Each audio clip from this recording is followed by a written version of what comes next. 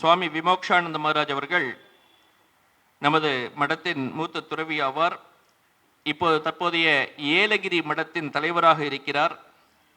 ஏலகிரி மடம் ஒரு தனிச்சிறப்பு வாய்ந்தது. அந்த மடத்திலே நம்ம சென்னையில் இருப்பது போல ஒரு பல விதமான ஒரு இந்த ரோட்டில் பஸ்ஸை ஓடுறது அது போன்ற எதுவுமே கிடையாது. உள்ளே போனாலே ஒரு அமைதி, அவ்வளவு பேரமைதி இருக்கக்கூடிய இடம். அதனால் மகாராஜ் அவ்வப்போது ஒரு அந்தர்யோகம் என்று மக்களுக்காக நிகழ்த்துவார். அதுவும் மக்கள் கேட்டுக்கொள்வதன் பேரில் எப்பொழுது வேண்டுமானாலும் நடத்தி கொடுப்பார். மகாராஜ் அவர்கள் இங்கு வந்திருப்பது நமக்கு ஒரு மிகுந்த சந்தோஷத்தை கொடுக்கிறது. இப்போது அவர் தேசத்தை நேசிப்பது எப்படி என்ற தலைப்பிலே உரையாற்ற இருக்கிறார். சுவாமி விவேகானந்தருக்கு நமது இந்திய தேசம்னா அவ்வளவு ஒரு பிரியம் அதிகம். அந்த சுவாமி விவேகானந்தருடைய வழிகாட்டுதலின்படி இந்திய தேசத்தை நேசிப்பது எப்படி என்பதை பற்றி அவர் இப்பொழுது பேச இருக்கிறார்கள். அவரை இப்போது பேச வரும்படி அழைக்கிறோம். நமோ பகவதே ராமகிருஷ்ணாய.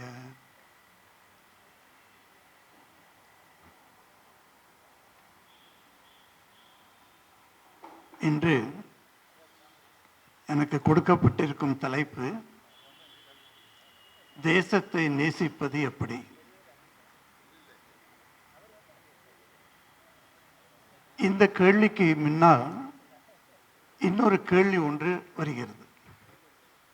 தேசம் என்றால் என்ன என்பதை நாம் முதலில் அறிந்து கொள்ள வேண்டும். தேசம் என்பது நாம் பலவித ஆங்கில சொற்களால் நாம் சொல்லுகிறோம். கண்ட்ரி என்ற ஒரு சொல் இருக்கிறது, இன்னொரு சொல் நேஷன் என்ற ஒரு சொல், ஸ்டேட், இப்படிப்பட்ட பல வகையான சொற்களால் தேசத்தை நாம் கண்டுகொள்கிறோம். ஆனால் இந்த தேசம் என்ற சொல்லுக்கு ஒரு பெரிய முக்கியத்துவம் கிடைத்தது எப்போது என்றால் நமது சுதந்திர போராட்டத்திற்கும் போதுதான். அதற்கு முன்பு நாம் இந்த தேசியம், தேசம் என்ற சொற்களை அதிகமாக உபயோகிக்கவில்லை.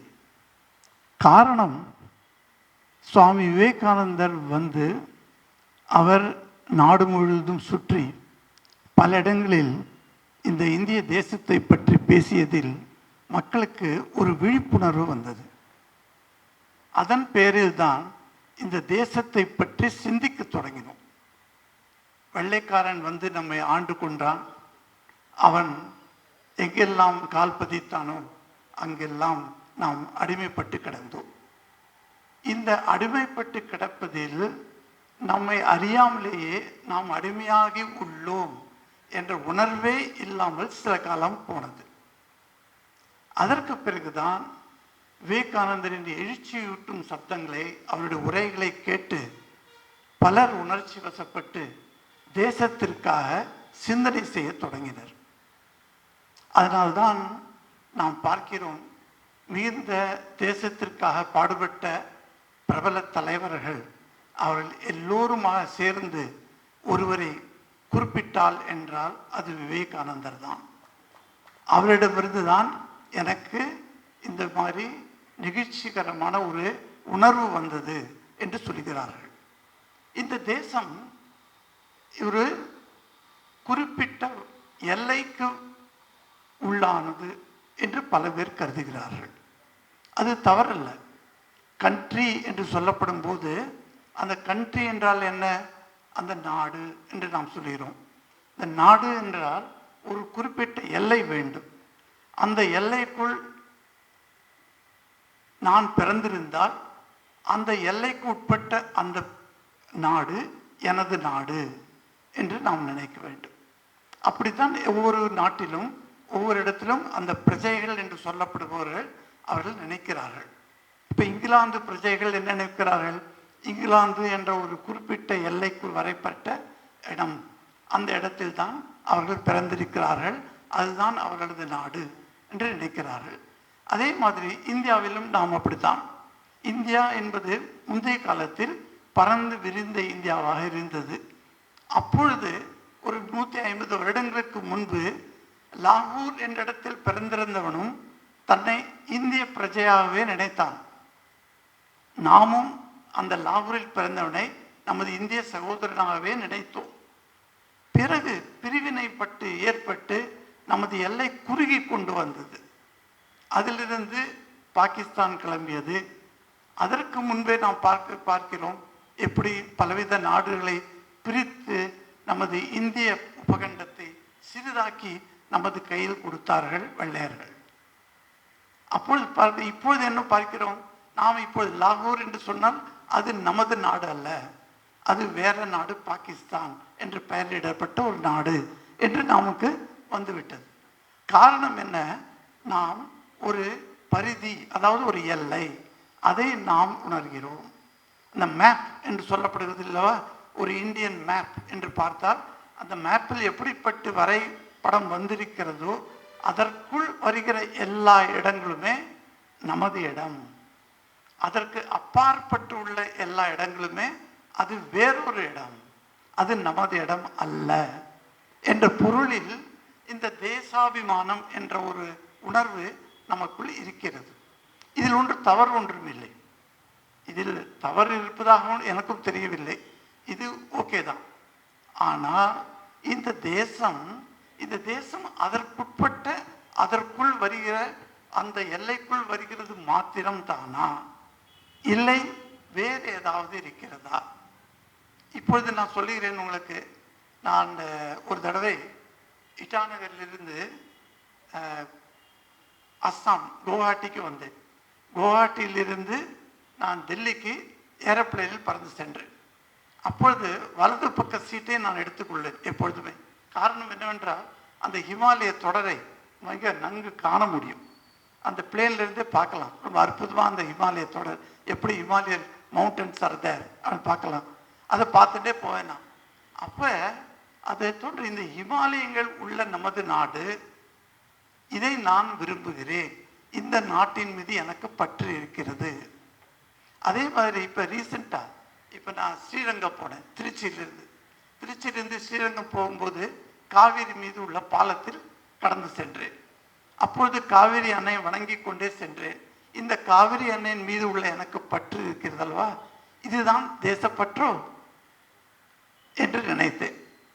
இப்படி நதியாகட்டும், மலையாகட்டும், இல்லை மரங்களாகட்டும், மலைகளாகட்டும், எது இருந்தாலும் சரி, இந்த தேசத்தில், இந்த வரையறுக்கப்பட்டுள்ள அந்த தேசத்தில் எதையெல்லாம் இருக்கிறதோ அதையெல்லாம் நான் விரும்புவதால் எனக்கு தேசப்பற்று வந்துவிட்டது என்று நாம் கூற முடியுமா என்ற கேள்வி என் மனதில் மிகவும் வெகு நாள் தொடர்ந்து வந்தது. நான் தேசப்பற்று உள்ளவன் என்று சொல்வதனால் எப்படி சொல்லணும்? எனக்கு இதை பிடிக்கும், அதை பிடிக்கும், இந்த மலை பிடிக்கும் என்று சொன்னால் போதுமா? இல்லை வேறு ஏதேனும் ஒரு காரணம் இருக்க வேண்டுமா என்று நான் தேடிக்கொண்டிருந்த சமயம்தான் சுவாமி விவேகானந்தரை படிக்க நேர்ந்தது.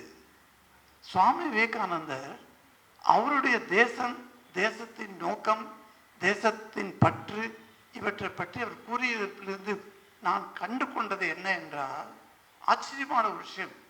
இவையெல்லாம் ஒரு பொருட்கள் மாதிரி இருக்கின்றன. அதாவது மலையாகட்டும், மரமாகட்டும், எது எங்கே இருந்தாலும் சரி, மிகப்பெரிய கோட்டையாக இருக்கட்டும், எல்லாமே நமது தேசத்தில் உள்ளே இருக்கிறது. அதன் மீது பற்று வைப்பு தவறு ஒன்றும் இல்லை. ஆனால் அந்த தேசத்தில் உள்ள மக்கள் இருக்கிறார்களே, அந்த மக்கள் மீது உனக்கு பற்று இருக்கிறதா? இது ஒரு கேள்வி விவேகானந்தர் எழுப்புகிறார். நீ உன் பக்கத்தில் இருக்கும், உன் பக்கத்தில் உள்ள உனது அருமை வீட்டில், நெக்ஸ்ட் ஹவுஸ் சொல்றாங்க இல்லையா, அந்த பக்கத்து வீட்டில் இருக்கும் அந்த உன்னுடைய ஆட்களுக்கு, அவர்கள் மீது உனக்கு பரிவு இருக்கிறதா? உன்னிடம் காசு பணம் இருக்கிறது, அதை கொண்டு நீ மற்றவர்களுக்காக அதை செலவிடுகிறாயா? உன்னிடம் உள்ள சௌகரியங்கள் எவ்வளவு இருக்க வேண்டுமோ இருக்கின்றன, அதற்கு மேலாக உள்ளவை என்றால் அதை நீ மற்றவர்களுக்கு பயன்படுமாறு அதை உபயோகம் செய்கிறாயா? இந்த மாதிரி கேள்விகள் விவேகானந்தரை படித்ததிலிருந்து எனக்கு தோன்றியது. அப்பொழுது எனக்கு புரிஞ்சது என்னன்னாக்க, நம்ம தேசத்தில் இருக்கும் மக்களின் மீது அன்பு வைத்தால் அதுதான் உண்மையான தேசபக்தி என்று எனக்கு புரிந்தது. ஆனால் இது வெறும் புரியறது மட்டுமல்ல, நாம் புரிந்து கொண்டாலும் கூட நாம் இதை வாழ்வில் கடைபிடிக்க வேண்டும் இல்லையா? அப்பொழுதுதான் தெரியும். நான் ராஞ்சி என்ற இடத்திலிருந்து 12 வருடங்கள், அது ஜார்க்கண்ட் என்ற இடம் இந்த தேசத்தில் இருக்கிறது. அந்த ஜார்க்கண்ட் என்ற இடம் ட்ரைபல்ஸ் அங்கு வாழும் இடம். அதாவது மலைவாழ் மக்கள் என்று சொல்கிறோம் அல்லவா, ட்ரைபல்ஸ். அந்த ட்ரைபல் குரூப்ஸ் இருக்கிற இடம். அங்கு நான் 12 வருஷம் இருந்ததில் பக்கத்தில் உள்ள எல்லா கிராமங்களுக்கும் சென்றிருக்கிறேன். அந்த கிராமவாசிகளுடன் உட்கார்ந்து கொண்டு அமர்ந்து கொண்டு பேசியிருக்கிறேன். அவர்களுடன் சேர்ந்து சாப்பிட்டு இருக்கிறேன். அவர்களுக்கு என்னெல்லாம் வேண்டும் என்று கேட்டு அந்த கிராமத்திற்கு எது வேண்டுமோ அதை செய்ய நான் துடித்திருக்கிறேன். அவர்கள் பார்த்திருக்கிறேன் எப்படி கஷ்டப்படுகிறார்கள் என்று. தண்ணி இல்லாமல் ஒரு 5-6 கிராமங்கள் மிகவும் கஷ்டப்பட்டு கொண்டிருந்தன. முதல்லாம் என்ன செய்வோம், நம்ம சிஓக்கு போய் சொல்லுவோம், சர்க்கிள் ஆஃபீஸர், அவர்கிட்ட போய் ஒரு மனு கொடுக்கணும். அவர் மனு கொடுத்தானா அவர் அப்புறம் கவர்மெண்ட் கிட்ட அனுப்புவார். அப்புறம் கவர்மெண்ட் வந்து செக்ரட்டரி கிட்ட அனுப்புவாங்க. செக்ரட்டரியிலேருந்து ஆர்டர் வந்ததுன்னா, சாங்ஷன் வந்ததுன்னா அதுக்கப்புறம் போர்வெல் போடுவாங்க. இப்படியெல்லாம் தடைகள் வைத்து கொண்டு ஒரு 2-3 வருடங்கள் கழிந்து விட்டன. தண்ணீர் இல்லை அவர்களுக்கு. அப்பொழுதுதான் நான் சென்றேன். அங்கு 5 ஒவ்வொரு கிராமத்திலும் ஒவ்வொரு இடத்திலும் போர்வெல் போட்டோம். போட்டது எதற்கா என்றால், இரவு எனக்கு தூக்கம் வரவில்லை. ஐயோ, இந்த மக்கள் இங்கு இருக்கிறார்களே, இவர்கள் எப்படி தன்னுடைய வாழ்வை தொடக்கப் போகிறார்கள், எப்படி காலையில் எழுந்து கொண்டு மற்ற வேலைகள் செய்வார்கள், தண்ணீர் குடிக்க கூட தண்ணீர் இல்லையே என்று மிகவும் வருத்தத்துடன் நான் யோசிப்பேன். சரி, நாமே சென்று போர்வெல் போட்டால் என்ன என்ற ஒரு ஐடியா வந்தது. அந்த ஐடியாவை ஹெட் குவார்ட்டர்ஸ் சொல்லி அவர்களிருந்து பணம் வாங்கி அங்கு போர்வெல் போட்டோம். இப்பொழுது அவர்கள் மிகவும் மகிழ்ச்சிகரமாக நல்ல தண்ணீர் பெற்றுக்கொண்டு சுகமாக வாழ்கிறார்கள்.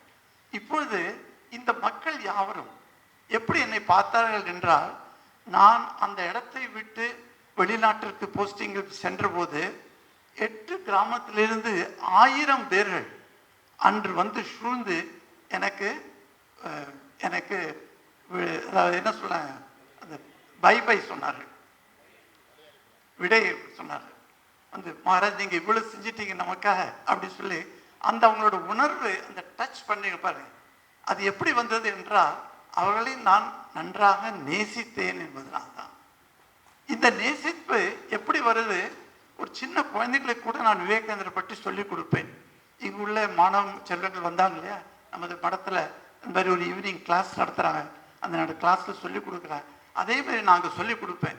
அதில் ஒரு சின்ன பொண்ணு, அந்த பல இடங்களில் நான் இந்த கதையை சொல்லியிருக்கேன், ஆனால் இங்கேயும் உங்களுக்கு சொல்லலாம் அப்படின்னு. ஏன்னா தேசப்பற்று என்பது என்ன என்பதை நாம் புரிந்து கொள்ள வேண்டும் என்பதற்காக இந்த சின்ன கதையை சொல்கிறேன். இது கதை என்றால் கற்பனையான கதை இல்லை, நடந்த நிஜ சம்பவம் இது. அந்த பொண்ணு பேர் மஞ்சு என்று பெயர். நான் ஒரு தடவை அந்த கிராமத்திற்கு போய் சென்ற போது அவள் வெளியில் நின்று கொண்டிருக்கிறாள். வீட்டின் வெளியில் ஒரு கூரை வீடு, ட்ரைபல் பொண்ணு. அந்த பொண்ணு என்னை பார்த்து சொல்லி, மகாராஜ் நமஸ்தே, ஆப் ஜரா அந்தர் ஆயியனா, நீங்கள் கொஞ்சம் உள்ளே வாங்கலை அப்படி சொல்லிட்டு. நான் என்ன தருவேன், நீ டீ போட்டு தரேன் அப்படின்னு. சரி, நான் இப்போ வேலைக்கு போயிட்டு இருக்கேன், திரும்பி வரும்போது நான் வரேன் அப்படி சொல்லிட்டு போயிட்டேன். நான் திரும்பி வரும்போது அவள் வீட்டுக்குள்ளே போனேன். ஏன்னா எங்களுக்காக டீ போட்டு வச்சுருந்தாங்க, எல்லாருக்கும் டீ கொடுத்தேன். டீ சாப்பிட்டுட்டு நான் பார்த்தேன், அங்கே ஒரு சின்ன ஷெல்ஃபில் குருதேவர், அப்புறம் நம்ம அன்னையார், சுவாமிஜி, 3 படங்கள் வைக்கப்பட்டிருந்தன.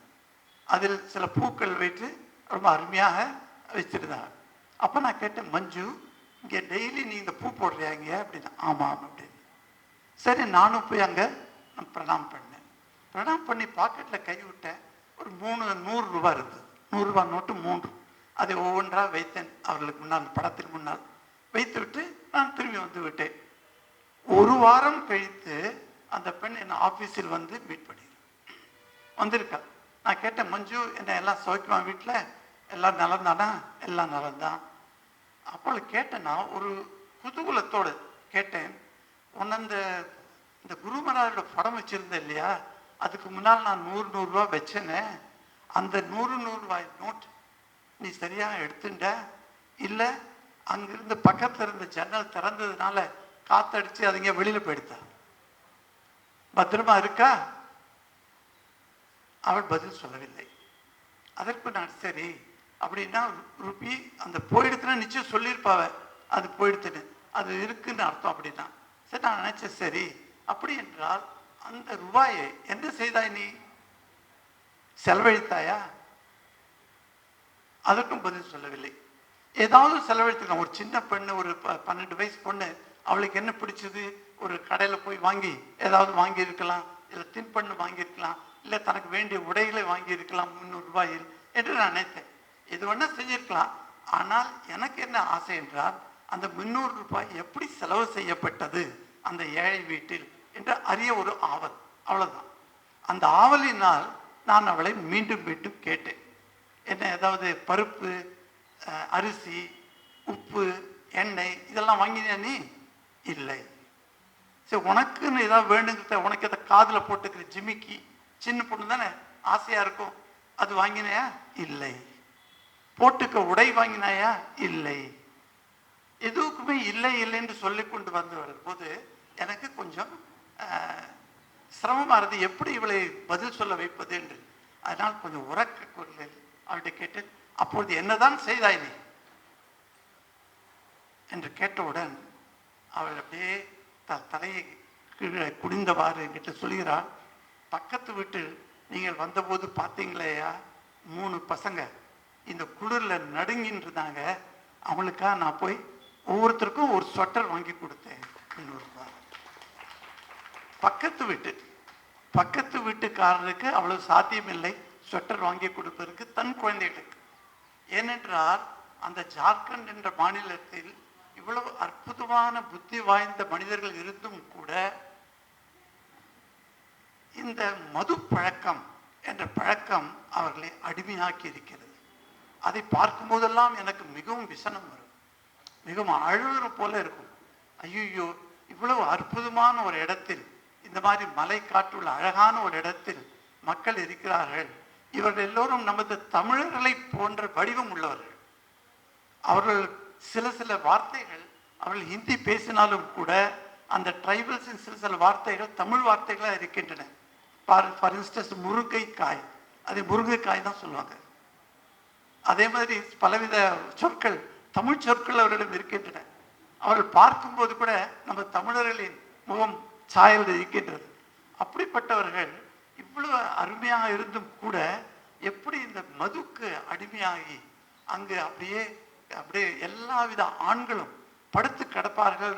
இந்த தெரு பக்கத்தில் பெண்கள் தான் வேலை செய்து உழைக்க வேண்டும், அந்த ஃபேமிலியை முன்னுக்கு கொண்டு வர வேண்டும் என்ற ஒரு நிலை. அதை கொஞ்சம் கொஞ்சமாக ராமகிருஷ்ண மிஷன் அங்கு போய் பலவிதமான மாற்றங்களை கொண்டு வந்தது. அது நமது சுவாமி விவேகானந்தர் சொல்லும் போதுல அவருக்கு இஷ்டப்பட்ட ஒரு பணி. அது ஒரு கிராமத்தில் சென்று அந்த கிராமத்தின் மக்களுக்காக பணி செய்து அவர்களை மேலே கொண்டு வர, உயரே கொண்டு வர. இது வெறும் not merely the comforts of life, அதை தவிர சிந்தனைகளை கொடுப்பது, நல்ல சிந்தனைகளை அவர்களுக்கு கொடுத்து அவர்களை மீண்டும் அங்கிருந்து எழுச்சி கொண்டு வருவது. அதை தான் ராமகிருஷ்ண மிஷன் அங்கே செய்து வருகிறது.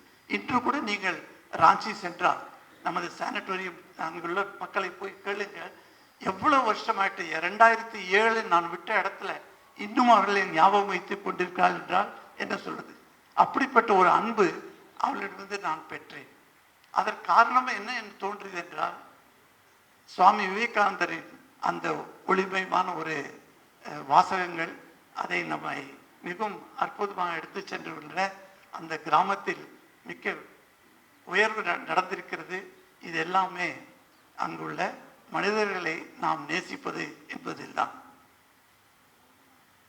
நமது பூஜ்ய மகாராஜ் வந்திருக்கிறார், அவர்கள் பாதங்களில் நமது சாஷ்டாங்க பிரணாம். இப்பொழுது மகாராஜ் வந்துவிட்டதால் எனக்கு அவருடன் கூட இருந்த ஒரு சம்பவம் நினைவு வருகிறது. அருணாச்சல் பிரதேசம் என்ற இடம், அதை பற்றி நீங்கள் கேள்விப்பட்டிருப்பீர்கள். சைனா பார்டர்ல அந்த இடத்தில் அலாங் என்ற ஒரு இடம் இருக்கிறது. அங்கு பல வருடங்கள் நமது பூஜனீய மகாராஜ் அங்கு தலைவராக இருந்தார்.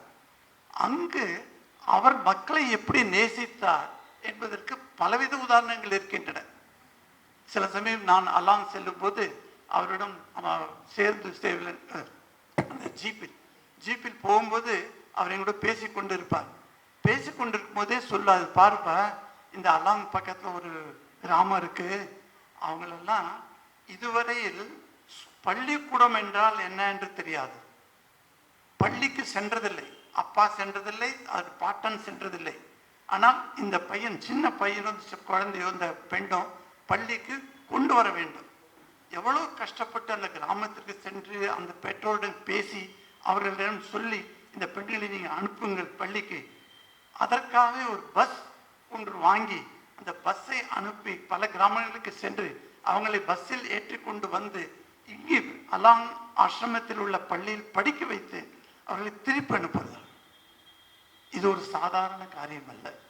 ஏன் இவ்வாறு செய்தார் அவர் என்றால், அந்த மக்களிடம் அவருக்கு ஏற்பட்ட ஒரு நேசம், மக்களை நேசித்தார் அவர்.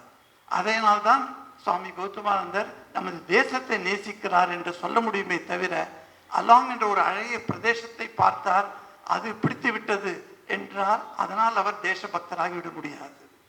அவர் தேசபக்தர் என்று எப்போ சொல்லுகிறோம்? எப்பொழுது அந்த மக்களை நேசிக்கிறாரோ அப்பொழுதுதான் அவர் தேசபக்தராகிறார். மிகவும் நன்றி உங்கள் யாவருக்கும். ஓம் சாந்தி சாந்தி. ஹரி ஓம் தத்சத். ஸ்ரீராமகிருஷ்ண அர்ப்பணம். தேசத்தை நேசிப்பது எப்படி என்ற தலைப்பில் உரையாற்றிய சுவாமி விமோக்ஷானந்த மகாராஜ் அவர்களுக்கு எங்களது நன்றியை தெரிவித்துக் கொள்கிறோம். தன்னுடைய அனுபவத்திலிருந்தும் தான் தன்னுடைய முன்னால் இருந்த மடங்களில் தான் நிகழ்த்திய மக்களுடன் எவ்வாறு அவர் பழகிறார் என்பதை பற்றியும் கூறி, அதிலிருந்து தேசம் என்பது மக்கள் என்று எடுத்துக்கொண்டு உரையாற்றியிருந்தார். அவருக்கு எங்களது நன்றியை தெரிவித்துக் கொள்கிறோம். அடுத்ததாக குருதேவரும் அவரது அமுதமொழிகளும் என்ற தலைப்பில் கலைமாமணி திருப்பூர் கிருஷ்ணன் அவர்கள் இப்பொழுது உரையாற்றுவார்கள். அவர் அமுதசுரபி மாத இதழின் ஆசிரியர். 2011ஆம் ஆண்டு கலைமாமணி விருது பெற்றார். பல இதழ்களுக்கு அவர் கட்டுரைகள் எழுதியிருக்கிறார். அவர் எழுதிய ராமாயண கதைகள் என்பது மிகவும் பிரசித்தம். அவரை இப்பொழுது பேச அழைக்கிறோம்.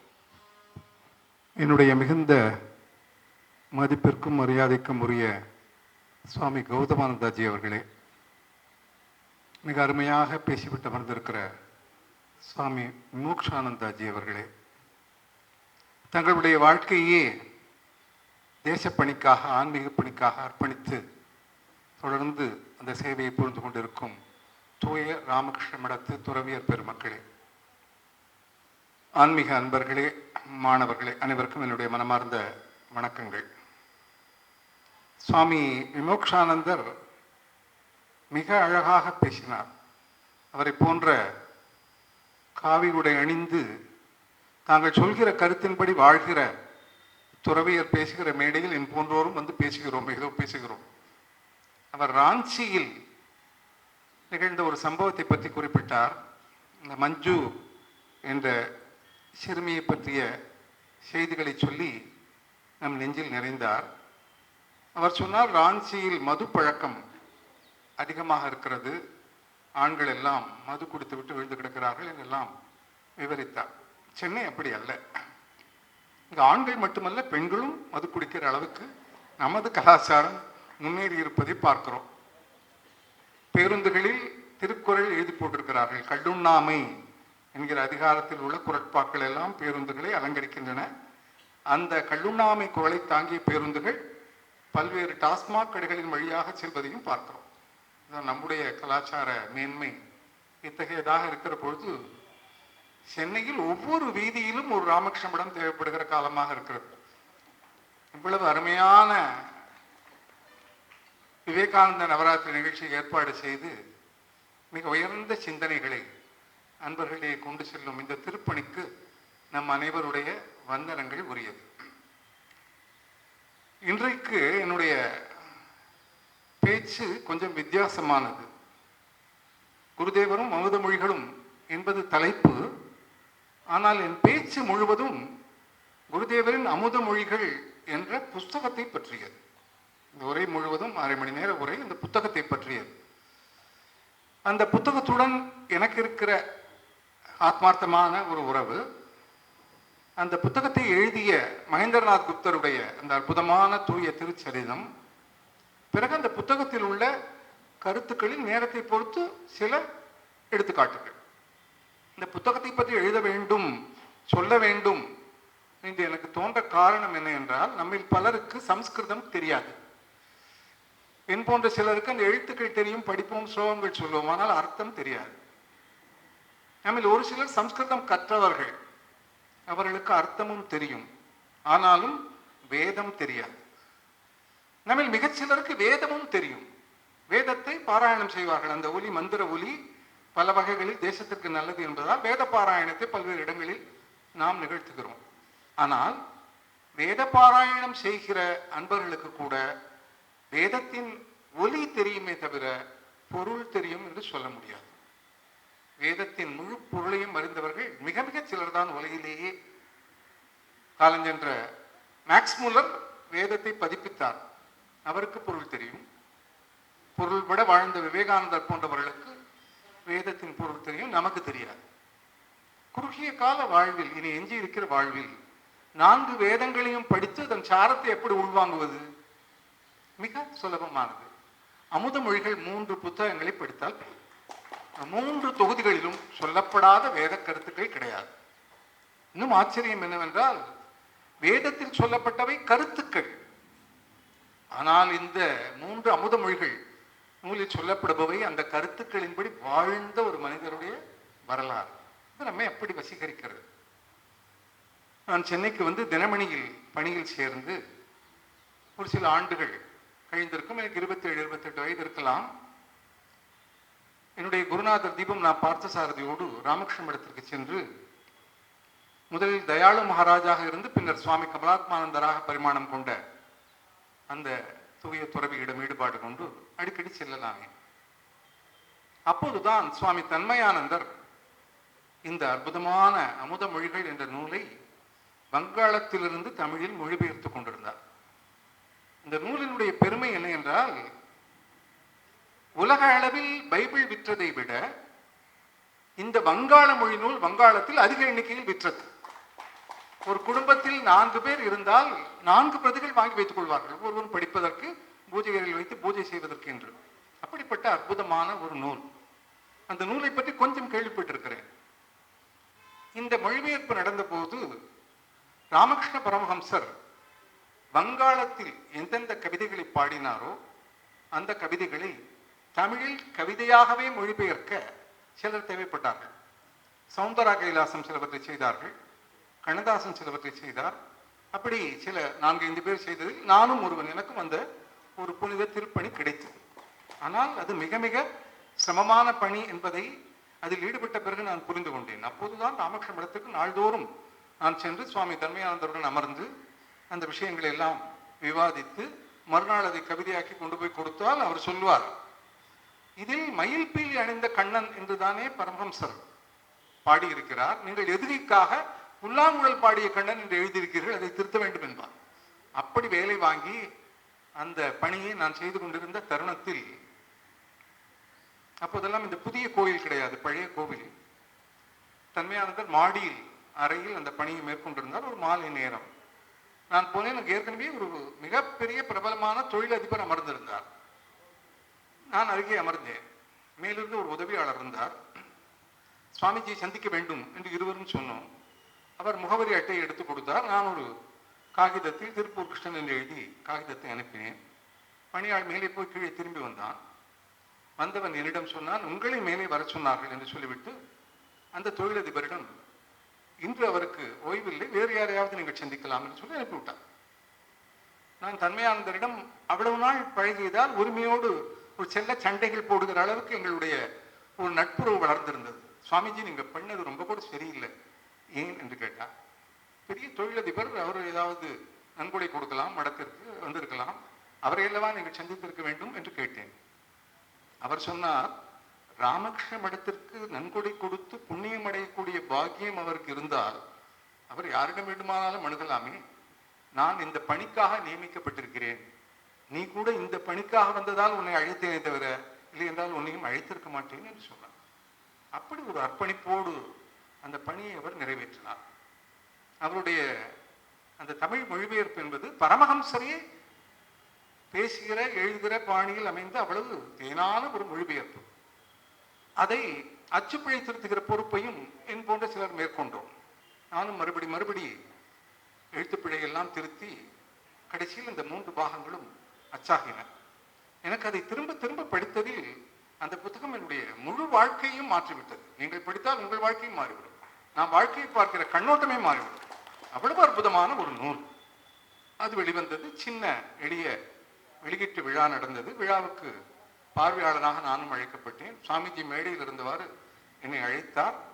சுவாமி தன்மயானந்த என்று கையெழுத்திட்டு இந்த 3 பாக நூல்களையும் என்னிடம் அளித்தார். அதை வீட்டிற்கு எடுத்து வந்து கண்ணில் ஒற்றிக்கொண்டு பரவசத்தோடு பிரித்தேன். அன்று இரவு முழுவதும் பல முறை நான் திருத்திய அந்த புஸ்தகத்தை ஒரு நாவலை படிப்பது மாதிரி விறுவிறுப்போடு முழுவதுமாக படித்து முடித்தேன். படிக்கிற போது அதில் எங்காவது எழுத்து பிழை தென்படுகிறதா என்று பார்த்து கொண்டே வந்தேன். என்றால் பிழை இருந்தால் என்னுடைய பொறுப்பும் இருக்கிறது. இந்த 3 பாகத்திலுமாக சேர்த்து ஒவ்வொன்றும் 700 பக்கம் மிக மிக மலிவான விலையில் இங்கு விற்பனை செய்கிறார்கள். வெளிப்பதிப்பகத்தார் வெளியிட்டால் ஒன்றொன்றும் 2000-3000 ரூபாய் விலை இருக்கும். இங்கு 250-300 என்று நினைக்கிறேன். அதில் மொத்தமாக 3 பாகத்திலும் சேர்த்து 23 எழுத்து பிழைகள் இருந்தன. அன்றுடன் சுவாமிஜிக்கு ஒரு கடிதம் எழுதினேன். சுவாமி தன்மயானந்தஜி அவர்களுக்கு என்று போட்டு இது மாதிரி முழுக்க திரும்ப படித்து பார்த்தேன். எனக்கு மிகுந்த மனநிறைவாகவும் பிரமிப்பாகவும் இருந்தது. இப்பேற்பட்ட ஆயிரக்கணக்கான பக்கங்கள் கொண்ட 3 பாக நூலில் வெறும் 23 பிழைகள் தான். அது எனக்கு மன நிறைவு தந்தது என்று எழுதினேன். அவர் தொலைபேசியில் தொடர்பு கொண்டார். அந்த 23 பிழைகள் எப்படி வந்தது என்று தெரியவில்லையே, அதை குறிப்பிட்டு எழுதுங்கள் என்றார். அதை உடனே குறிப்பிட்டு அவரிடம் நேரில் கொண்டு போய் கொடுத்தேன். அடுத்த பதிப்பில் இதையும் திருத்தி விடுவோம் என்றார். கருத்துப்பிழையே இல்லாத நூலில் எழுத்துப்பிழையும் இருக்கக்கூடாது என்று அவ்வளவு கவனத்தோடு தயாரிக்கப்பட்ட ஒரு அற்புதமான ஞான செல்வம் அந்த நூல். அந்த புத்தகத்தினுடைய ஆசிரியர் மகேந்திரநாத் குப்தர். மகேந்திரநாத் குப்தர் அளவற்ற தன்னடக்கத்தின் காரணமாக தன்னை மா என்றே குறிப்பிட்டுக் கொள்வார். முழு பெயரையும் அவர் சொல்வதில்லை. அவ்வளவு அடக்கம் நிறைந்த ஒரு மனிதர். அவருடைய மனைவி நிகுஞ்ச தேவி என்கிற பெண்மணி. பின்னாளில் அந்த மனைவிக்கு கொஞ்சம் மனநோய் வந்தது. கூட்டு குடும்பம், எண்ணற்ற வாழ்க்கை சிக்கல்கள். ஒரு பள்ளி ஆசிரியர். இந்த மன உளைச்சல் காரணமாக, குடும்ப பிரச்சனைகள் காரணமாக அது வளர்ந்து வளர்ந்து ஒரு நாள் அவர் விசித்திரமான ஒரு முடிவுக்கு வந்தார். இனியும் இந்த வாழ்க்கை தேவைதானா, கங்கையில் குதித்து தற்கொலை செய்து கொண்டு விடுவோம் என்று முடிவு செய்தார். சித்து என்று அவருக்கு ஒரு உறவுக்கார பையன், அவனையும் அழைத்து கொண்டு கங்கைக்கரை ஓரமாக நடந்து வந்தார். ஆழமான ஒரு இடத்தில் சட்டார் என்று குதித்து விடலாம், தான் தற்கொலை செய்து கொண்ட விஷயத்தை சித்து வீட்டில் போய் சொல்வான் என்கிற கண்ணோட்டத்தில் வந்தார். நடந்து வந்தார். தட்சிணேஸ்வர பிரதேசமே ஆன்மீக ஒளியால் அப்படி துலங்கிக் கொண்டிருந்த ஒரு காலகட்டம்.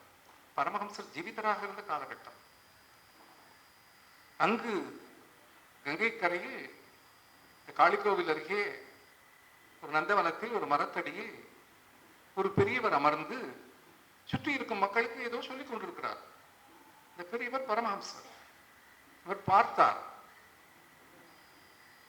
இறக்கத்தான் போகிறோம், அதற்கு முன்பாக 4 நல்ல வார்த்தைகளை கேட்டுவிட்டு இறக்கலாமே என்று கருதி அங்கு வந்து இந்த மக்களிடையே அமர்ந்தார். கல்கண்டு போல் அவர் சொல்கிற அந்த அமுத மொழிகள், அதை செவியால் பருக பருக பருக அவருடைய மனம் எங்கோ உயரத்தில் மிதந்தது. ஆகா, இதை கேட்பதற்காகவாவது நாம் உயிர் வாழ வேண்டும் என்று அவர் முடிவு செய்தார். வீட்டிற்கு சந்தோஷமாக திரும்பி போனார். பள்ளிக்கு செல்வார், வீடு திரும்புவார். வீடு திரும்பினால் பிரச்சனை, சிக்கல், திரும்பவும் மன உளைச்சல். ஞாயிறு தோறும் அல்லது விடுமுறை தோறும் அதிகாலையில் புறப்பட்டு பரமஹம்சரை தேடி வந்து விடுவார். அங்கே அமர்ந்து கொள்வார். தெய்வமே ஆன பரமஹம்சருக்கு இவருக்கு ஒரு பணி, ஆன்மீக பணி அருளப்பட்டிருக்கிறது என்ற விவரம் தெரிந்துதானே இருக்கும். பரமஹம்சர் பல விஷயங்களை சொல்வார். வருவார்கள், நமஸ்கரிப்பார்கள், உரையாடுவார்கள், பல நிகழ்ச்சிகள் நடக்கும். இவர் அதையெல்லாம் மனதில் வாங்கி குறித்துக் கொள்வார். பிறகு அன்றிரவு வீட்டிற்கு போவார், பள்ளிக்கு போவார், மறுநாள் திரும்பி வருவார். மறுநாள் திரும்பி வீட்டிற்கு வந்தால் திரும்பவும் பரமஹம்சரை வந்து சந்திக்க இயலாது, அவ்வளவு நேரம் இல்லை.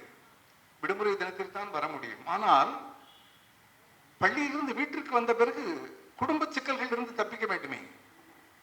எனவே அந்த ஒரு நாள் நிகழ்வை தேதியிட்டு என்னென்ன சொன்னார், என்னென்ன செய்தார், எப்படி எப்படி நடந்தார், யார் யார் வந்தார்கள் என்று நாட்குறிப்பு எழுதத் தொடங்கினார். உங்களுக்கு பாண்டிச்சேரி ஆனந்தரங்க பிள்ளையினுடைய நாட்குறிப்பு பற்றி தெரியும். அது உலகியல் ரீதியான நாட்குறிப்பு. இது ஆன்மீக ரீதியான வரலாற்று குறிப்பு. ஆன்மீக வரலாற்றில் இப்படி அமைந்த ஒரு நாட்குறிப்பு புத்தகம் உலகில் வேறு எதுவுமே கிடையாது. வரலாறுகள் வந்திருக்கின்றன, இது ஒரு நாட்குறிப்பால் அமைந்த வரலாறு. வரலாறு என்றால் தன்னுடைய நிரூபணம் அதில் இருக்கிறது. இந்த தேதி, இந்த சம்பவம் நிகழ்ந்தது, இன்னார் வந்தார் என்று அவர் குறிப்பிடுகிறார், உரையாடலை எல்லாம் குறிப்பிடுகிறார். மகேந்திரநாத் குப்தருடைய ஒரு பெரிய கடவுள் தந்த கொடை என்பது அவருடைய அபாரமான ஞாபக சக்தி. எனவே ஒவ்வொன்றையும் அவர் குறிப்பிட்டார். ஒவ்வொன்றையும் என்றால், பரமஹம்சர் காலைக்கடன் கழிப்பதற்காக செம்பில் நீரை எடுத்துக்கொண்டு சவுக்கு தோப்புக்கு போனார் என்ற தகவல் உள்பட அப்படியான ஒரு அற்புத வரலாறு. வருகிறவர்களிடம் பரமஹம்சர் பேசுகிற பேச்சுக்கள், அவருடைய தெய்வீகமாக திடீரென்று அவர் சமாதியில் ஆழ்வது, பிறகு மெல்ல அதிலிருந்து மீழ்வது, வருகிறவர்களிடமெல்லாம் பிரியத்தோடு அவர் பேசுவது, என்றபடி எண்ணற்ற செய்திகள். அந்த 3 பாகத்தினுடைய ஒவ்வொரு வார்த்தையும் வேத மந்திரம் போன்றது. அதை படிக்க தொடங்கினால் அதிலிருந்து நம்மால் மனதை எடுக்க முடியாது. அப்படிப்பட்ட ஒரு நூல். ஏறக்குறை 5 ஆண்டு காலம் பரமஹம்சருடைய கடைசி உலகில் அவர் மனித வடிவோடு வாழ்ந்த அந்த கடைசி 5 ஆண்டுகளை அப்படியே அந்த நூல் பதிவு செய்திருக்கிறது. ஏறக்குறை 1 வாரம் 10 நாள் இடைவெளி விட்டு ஒரு முழு நாள் நிகழ்வாக பரமஹம்சர் சித்தி அடைந்தார். காலம் கொஞ்சம் சென்றது. இவர் இப்படி ஒரு செயலை செய்திருக்கிறார் என்கிற தகவல் சுவாமி விவேகானந்தரை எட்டியது. விவேகானந்தர் இவரை அழைத்து, அதையெல்லாம் நீங்கள் நூலாக எழுதி தர வேண்டும் என்று கேட்டுக்கொண்டார். அந்த நாட்குறிப்பை நூலாக்க வேண்டும் என்று. உண்மையில் அவர் எழுதுகிற காலத்தில் அதனுடைய நோக்கம் பொது வெளிக்கு அதை நூலாக கொண்டு வருவது என்பதே அல்ல. அந்த கண்ணோட்டத்தில் அவர் எழுதவில்லை, தனக்காக எழுதி கொண்டார். அந்த புத்தகம் வால்மீகி ராமாயணம் மாதிரி, மகாபாரதம் மாதிரி, நாராயணியம் மாதிரி பாராயணம் செய்வதற்கு ஒரு அற்புத நூலாக இன்று அமைந்திருக்கிறது என்றாலும், அது தொடக்கத்தில் எழுதப்பட்ட போது புத்தகமாக்கும் நோக்கம் அவருக்கு கிடையாது. அவர் தயங்கினார். தன்னால் முடியுமா, அந்த நாட்குறிப்பெல்லாம் ஒழுங்கு செய்ய வேண்டும். முடியும், நீங்கள் செய்யுங்கள், இது பெரிய ஆன்மீக பணியாக இருக்கும் என்று சுவாமி விவேகானந்தர் சொன்னார். மகேந்திரநாத் அதை கேட்டு அன்னை சாரதா தேவியிடம் சென்று அதை நூலாக்குவதற்குரிய அனுமதியையும் ஆசையையும் பெற்று வீட்டில் அமர்ந்து அந்த நாட்குறிப்பை எல்லாம் அவர் எழுதிய குறிப்புகளை எல்லாம் எடுத்து செம்மைப்படுத்தி, ஒரு துளி கூட பொய்க்கலப்பில்லாத நூல். இப்படி ஒரு மனிதர் வாழ்ந்திருப்பாரா என்று நாம் திகைக்கிறோம், பிரமிக்கிறோம். அவர் தெய்வம்தான், அவதாரம் தான் என்கிறோம். அதற்கான சாட்சி அந்த நூல். அந்த நூலில் உள்ள ஒவ்வொரு வாக்கியமும் சத்தியம். அப்படி அதை மிக இல்லாமல் அழகாக உள்ளது உள்ளபடி எழுதி முடித்தார். அது எழுதி முடிக்க அச்சாகி கொண்டே இருந்தது. அவர் அச்சுப்பிழை திருத்தினார். அந்த கடைசி பாகத்தினுடைய கடைசி பகுதி திருத்துவதற்காக வந்தது. அதையும் திருத்தி முடித்து மேசையில் வைத்து அதன் மேல் பேனாவை வைத்தார். படுத்துக்கொண்டார். அன்றிரவு அவர் சித்தி அடைந்து விட்டார். எதற்காக வந்தாரோ அந்த பணி முடிவடைந்தது, நிறைவடைந்தது. எப்பேற்பட்டவர் மகேந்திரநாத் குப்தர் என்றால், பரமஹம்சர் சித்தி அடைந்த பிறகு அவர் வாழ்ந்த காலங்களில் பரமஹம்சர் நடந்து சென்ற இடங்களில் அவர் ஆசிரிய பணி புரிந்த பள்ளி அருகே எல்லாம் செல்கிற பொழுது விழுந்து கும்பிடுவார். பரமஹம்சர் தொடர்பான எந்த விஷயத்தை பார்த்தாலும், எந்த இடத்தை பார்த்தாலும் நமஸ்கரிப்பார். அவரை தேடி அன்பர்கள் வருவார்கள். அவர்களிடமெல்லாம் தான் அடைந்த அந்த பரவச அனுபவத்தை திரும்ப திரும்ப சொல்லி மகிழ்வார். அது மட்டுமல்ல, தட்சிணேஸ்வரத்து கங்கை படித்துறைக்கு தான் செல்ல நேர்ந்த காலங்களில் ஒரு பெரிய துண்டை எடுத்துக்கொண்டு போய் அந்த கங்கையில் முக்கி அதை பத்திரமாக எடுத்துக்கொண்டு வருவார் பையில் வீட்டிற்கு. வந்து சொம்பில் அந்த துண்டை பிழிவார். அந்த தண்ணீரை இந்த சொம்பில் வைத்துக் கொள்வார். அவரை தேடி ஆன்மீக அன்பர்கள் வந்தால், பரமஹம்சர் குளித்த படித்துறையின் கங்கை நீர் அல்லவா, அது உங்களை தூய்மைப்படுத்தட்டும் என்று சொல்லி அதை எடுத்து அவர்கள் மேல் தெளிப்பார். அப்படியான ஒரு அபாரமான பரமஹம்சர் மேல் கொண்ட ஒரு பக்தி. காரணம், அந்த தெய்வத்தை நாம் நேரில் தரிசித்ததில்லை.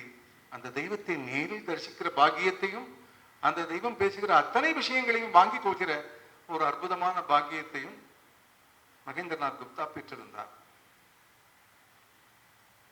அவருடைய சொல் ஆற்றல், அவருக்கு ஒரு மாபெரும் வால்மீகிக்கும் கம்பருக்கும் வியாசருக்கும் எல்லாம் இருந்த மாதிரி அபாரமான வெளியீட்டு திறன் இருந்தது. அது முக்கியம் இல்லையா? ஒரு விஷயத்தை அப்படியே தகவலாக செய்தி பத்திரிகை குறிப்பாக எழுதக்கூடாது. அதை ஒரு அபார இலக்கிய மேதைமையோடு வெளியிட வேண்டும். பரமஹம்சர் ஒரு முறை சிரித்துக் கொண்டே மகேந்திரநாத் குப்தரிடம் கேட்டார், எத்தனையோ துறவிகளை பார்க்கிறாய், என்னையும் வந்து பார்க்கிறாய், என்ன வித்தியாசம் என்று சிரித்துக் கொண்டே கேட்கிறார்.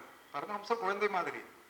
மகேந்திரநாத் குப்தர் சொல்கிறார், குருதேவரே, மற்றவர்களை எல்லாம் கடவுள் இயந்திரத்தால் பண்ணுகிறார், உங்களை கையால் பிசைந்து படைத்திருக்கிறார் என்று அவர் சொல்கிறார். பரமஹம்சரை பற்றி சொல்கிற போது, காளியினுடைய புகழை இந்த உலகில் பாட வந்த தேவலோக வீணை என்று குறிப்பிடுகிறார். அவருடைய அந்த எழுத்துக்களை படிக்கிற பொழுது, அதுவும் தன்மையானந்தருடைய அற்புதமான தமிழில் படிக்கிற பொழுது, ஆங்கிலத்திலும் இருக்கிறது, ஆனால் தமிழில் உள்ள நயம் அதில் இருக்குமா என்று தெரியவில்லை. ஏனென்றால் நம்முடைய தமிழ் இல்லையா, அவ்வளவு அற்புதமாக தன்னுடைய முழு எழுத்தாற்றலையும் காண்பித்து உள்ளது உள்ளபடி எழுதி இன்றைக்கும் இந்த ராமகிருஷ்ண மடத்தில் வந்திருக்கிற நாம் அனைவருக்கும் பரமஹம்சருடைய அந்த தெய்வீக அற்புத வாழ்வை உணரக்கூடிய வகையில் அவர் அந்த புத்தகத்தை படைத்திருக்கிறார். மகேந்திரநாத் குப்தர் சொல்கிறார் இல்லையா, பரமஹம்சர் நடந்த இடங்களில் நடந்தால் கூட உனக்கு முக்தி கிடைக்கும், பரமஹம்சர் உபயோகித்த பொருட்களை தொட்டால் கூட உன்னுடைய மனம் மேன்மை அடையும் என்றெல்லாம் மகேந்திரநாத் குப்தர் அதில் தன்னுடைய அனுபவ பதிவை சொல்கிறார். யோசித்து பாருங்கள், நாம் எல்லாம் பாக்கியசாலிகள். ஏனென்றால் இதே நாம் அனைவருமே ஏதாவது ஒரு திரைப்படத்திற்கு போய் அமர்ந்தால் மனதில் என்ன வகையான உணர்வுகள் வரும்? ஒரு தொலைக்காட்சி தொடரை பார்த்து கொண்டிருந்தால், இப்போதைய தொலைக்காட்சி தொடர்களை பார்த்து கொண்டிருந்தால் என்ன உணர்வு வரும்? அக்காவும் தங்கையும் ஒருவரை ஒருவர் கொள்வதற்காக போடுகிற திட்டங்கள் எல்லாம் இன்று தொலைக்காட்சி தொடர்களாக வருவதையெல்லாம் பார்க்கிறோம். சுவாமிஜி அழகாக பேசினார், எப்படி ஏராளமான மதுக்கடைகள் திறந்திருக்கிற சூழலையும் பார்க்கிறோம். இன்றும் கூட பரமஹம்சர் தொடர்புடைய இடங்களுக்கு வந்தாலே நம்முடைய மனம் 1 சென்டிமீட்டராவது மேலே போவதை நாமே உணர முடிகிறது. அப்படியானால் மகேந்திரநாத் குப்தருடைய அந்த பக்தி எவ்வளவு அபாரமானது என்று நமக்கு தெரிகிறது. அந்த 3 பாகங்களையும் இந்துவாக பிறந்த ஒவ்வொருவரும் வாழ்வில் ஒரு முறையேனும் வாசிக்க வேண்டும். ஒரு முறையேனும் வாசிக்க வேண்டும் என்று நான் சொல்வதன் காரணம், ஒரு முறை வாசித்து விட்டால் அந்த ருச்சி ஒரு முறையோடு விடாது, மறுபடி மறுபடி மறுபடி வாசிக்க சொல்லும். அப்படிப்பட்ட அற்புதமான விஷயங்கள் அதில் உள்ள செய்திகளில் ஒன்று மகேந்திரநாத் குப்தா பதிவு செய்திருக்கிறார். ஒரு சிறுமி, அவள் பரமஹம்சரை பார்க்க வேண்டும் என்று வருகிறாள். பரமஹம்சர் வாழ்ந்த காலத்தில் பெரும் புகழோடு வாழ்ந்த ஒரு மாபெரும் துறவி. காரணம், பணத்தாசையும் தொடர்ந்த ஒரு பெரிய துறவி. இந்த சிறுமி வந்த நேரம் பரமஹம்சர் சமாதியில் ஆழ்ந்து விட்டார். கண்ணை மூடிக்கொண்டு அமர்ந்திருக்கிறார். இந்த சிறுமிக்கு அதெல்லாம் தெரியாது. அது உம்மாச்சி. போய் விழுந்து கும்பிட்டு எழுந்தாள். ஒரு 7-8 வயது இருக்கும் அவளுக்கு. பார்த்து கொண்டே இருந்தாள். அது உம்மாச்சி கண்ணை திறந்து இவள் நமஸ்கரித்ததை பார்க்கவே இல்லை. அவளுக்கு சங்கடமாக இருந்தது. பிடிவாதத்தோடு அமர்ந்திருந்தாள். கொஞ்ச நேரம் கழித்து பரமஹம்சர் கண்ணை திறந்தார். எதிரே ஒரு சிறுமி உட்கார்ந்து இருக்கிறாள். என்னம்மா என்ன என்று கேட்டார். ஆமா, நான் தான் நமஸ்காரம் பண்ணினேன், நீ தான் பார்க்கவே இல்லையே. பரமஹம்சர் சொன்னார், அப்படியா, சரி இன்னொரு தடவை நமஸ்காரம் பண்ணி இப்ப பார்த்துக்கிறேன். பரமஹம்சர். அந்த சிறுமி, சரி நான் முதல்ல பண்ணின நமஸ்காரத்தை வலது காலுக்கு வச்சுக்கோ, இப்போ பண்ற நமஸ்காரத்தை இடது காலுக்கு வச்சுக்கோ சொல்லி அந்த சிறுமி திரும்ப விழுந்து நமஸ்காரம் பண்ணினார். அவள் எழுந்தவுடன் பரமஹம்சர் சொன்னார், நல்லது, உனக்காக நான் இன்னொரு தடவை உட்கார்ந்து நமஸ்காரத்தை வாங்கிட்டேன் இல்லையா, அதனால எனக்காக நீ ஒண்ணு பண்ணணும். என்ன பண்ணணும்? நீ உட்கார் என்று சொல்லி பரமஹம்சர் விழுந்து கூப்பிட்டான். எல்லா பெண் வடிவங்களையும் தேவிகளாக பார்க்கிற ஒரு அற்புதமான மனம் அல்லவா அவருக்கு. இது போன்ற எண்ணற்ற விஷயங்கள் இதில் பதிவாகி இருக்கின்றன.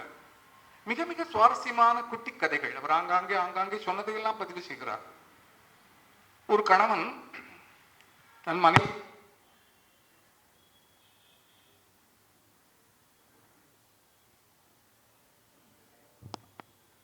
இந்த கணவன் மனைவியிடம் சொல்கிறான், நான் சன்னியாசி ஆக போறேன். மனைவிக்கு கணவனையும் தெரியும், அவனுடைய ஆன்மீக உயர்வு எவ்வளவு என்றும் தெரியும். அவள் சொல்கிறாள், சரி முடிவெடுத்து உடனே சன்னியாசி ஆகிட வேண்டியது தானே, நீங்க புறப்படுங்க, கூட காவி புடவை கட்டிக்கிட்டு நானும் வரேன். நீ வந்தா அது எப்படி சன்னியாசி? நீங்க தான் சன்னியாசி ஆக போறீங்கல்ல, அப்புறம் நான் கூட வந்தா உங்களுக்கு என்ன, கூட வராட்டி உங்களுக்கு என்ன, நீங்க போங்க. அவர் முன்னால் நடக்கிறார், இந்த பெண் மனைவி பின்னால் நடக்கிறாள். மணலில் ஒரு வைரக்கல் மினுமினுக்கிறது. அதை அந்த சன்னியாசி பார்க்கிறார். பொதுவாகவே பெண்களுக்கு தங்கம் வைரம் என்றால் ஆசை. மனைவி வேறு, அவளும் துறவினியாக கூட வருகிறேன் என்கிறாள். இப்போது இந்த வைரக்கல் மினுமினுக்கிறது. அவள் பார்த்தால் அதில் அவளுக்கு ஆசை வரும். அப்போது அவர் துறவுக்கு பழுது நேரும். அது நேரக்கூடாது என்பதால் போகிற போக்கிலேயே மணலை திலாவி அந்த வைரக்கல்லை மறைத்து விட்டு இவன் மேலே நடக்கிறான். பின்னால் வருகிற அவள், நாதா கொஞ்சம் நில்லுங்கள், திரும்பி பார்த்து என்ன என்று கேட்கிறான்.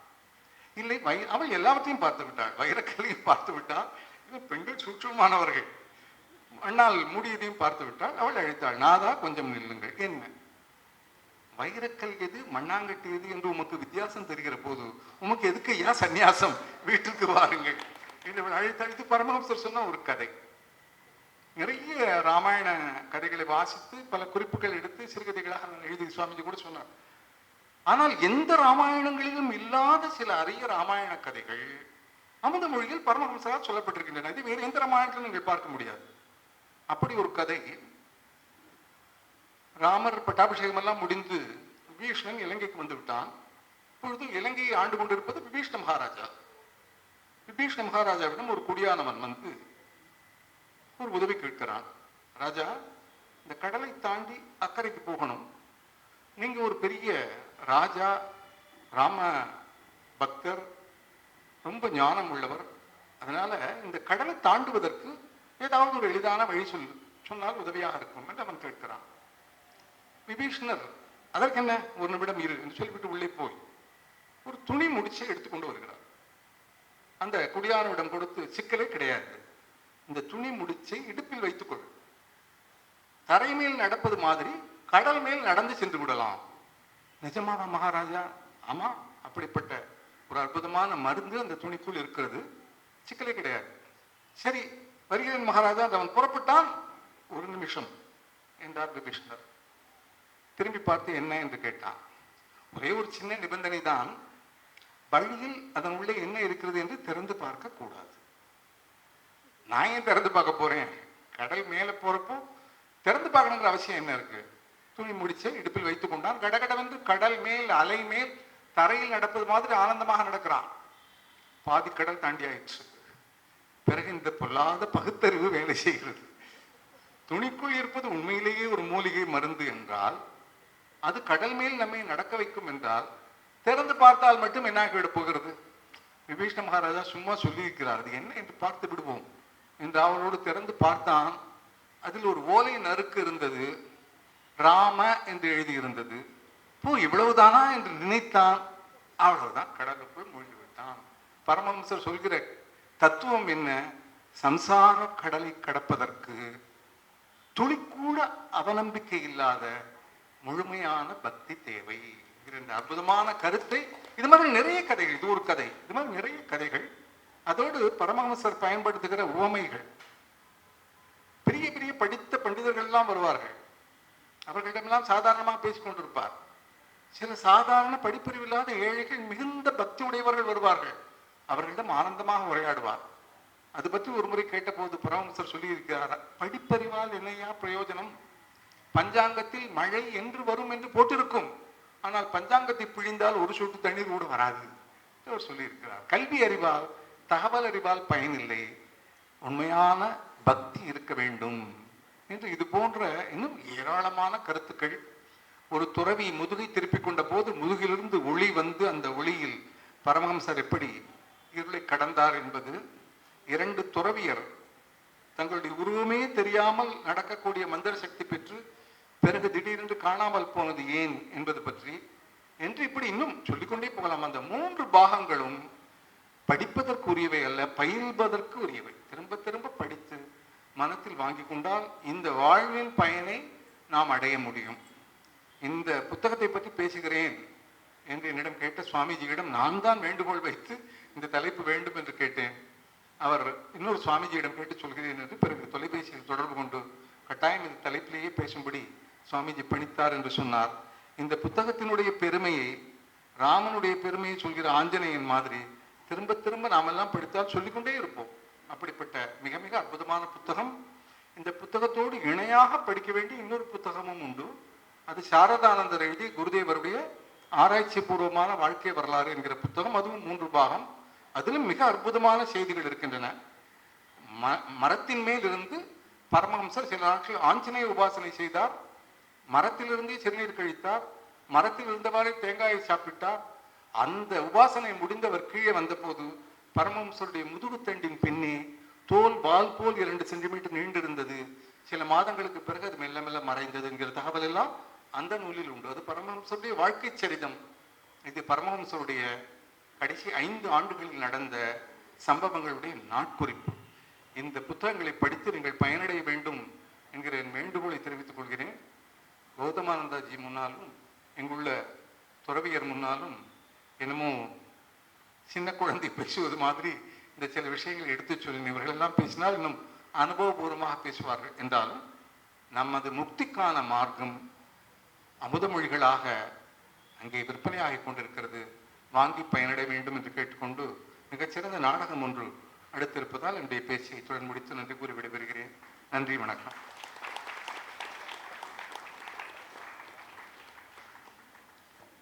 இவ்வளவு அழகாக குருதேவரும் அவரது அமுதமொழிகளும் என்ற தலைப்பிலே வழங்கிய சொற்பொழிவு வழங்கிய கலைமாமணி திருப்பூர் கிருஷ்ணன் அவர்களுக்கு எங்களது நன்றியையும் வணக்கங்களையும் தெரிவித்துக் கொள்கிறோம்.